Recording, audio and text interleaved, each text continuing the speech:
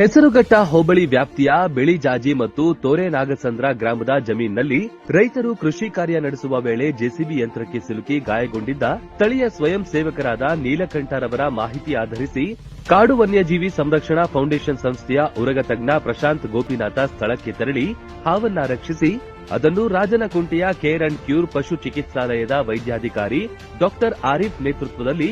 ಶಸ್ತ್ರಚಿಕಿತ್ಸೆ ನಡೆಸುವ ಮೂಲಕ ಕಾನೋ ವನ್ಯಜೀವಿ ಸಂರಕ್ಷಣಾ ಫೌಂಡೇಶನ್ ಹಾವಿನ ಜೀವವನ್ನ ರಕ್ಷಿಸುವ ಕಾರ್ಯಾಚರಣೆಯನ್ನ ಯಶಸ್ವಿಯಾಗಿ ನಡೆಸಲಾಯಿತು. ಹಾವಿಗೆ ಸದ್ಯಕ್ಕೆ ತೀವ್ರ ನಿಗಾದ ಅವಶ್ಯಕತೆ ಇದ್ದು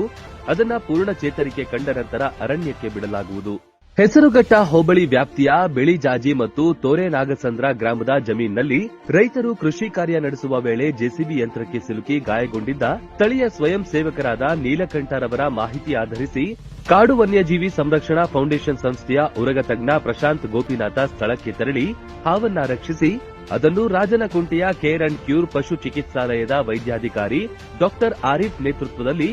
ಶಸ್ತ್ರಚಿಕಿತ್ಸೆ ನಡೆಸುವ ಮೂಲಕ ಕಾನೋ ವನ್ಯಜೀವಿ ಸಂರಕ್ಷಣಾ ಫೌಂಡೇಶನ್ ಹಾವಿನ ಜೀವವನ್ನ ರಕ್ಷಿಸುವ ಕಾರ್ಯಾಚರಣೆಯನ್ನ ಯಶಸ್ವಿಯಾಗಿ ನಡೆಸಲಾಯಿತು. ಹಾವಿಗೆ ಸದ್ಯಕ್ಕೆ ತೀವ್ರ ನಿಗಾದ ಅವಶ್ಯಕತೆ ಇದ್ದು ಅದನ್ನ ಪೂರ್ಣ ಚೇತರಿಕೆ ಕಂಡ ನಂತರ ಅರಣ್ಯಕ್ಕೆ ಬಿಡಲಾಗುವುದು.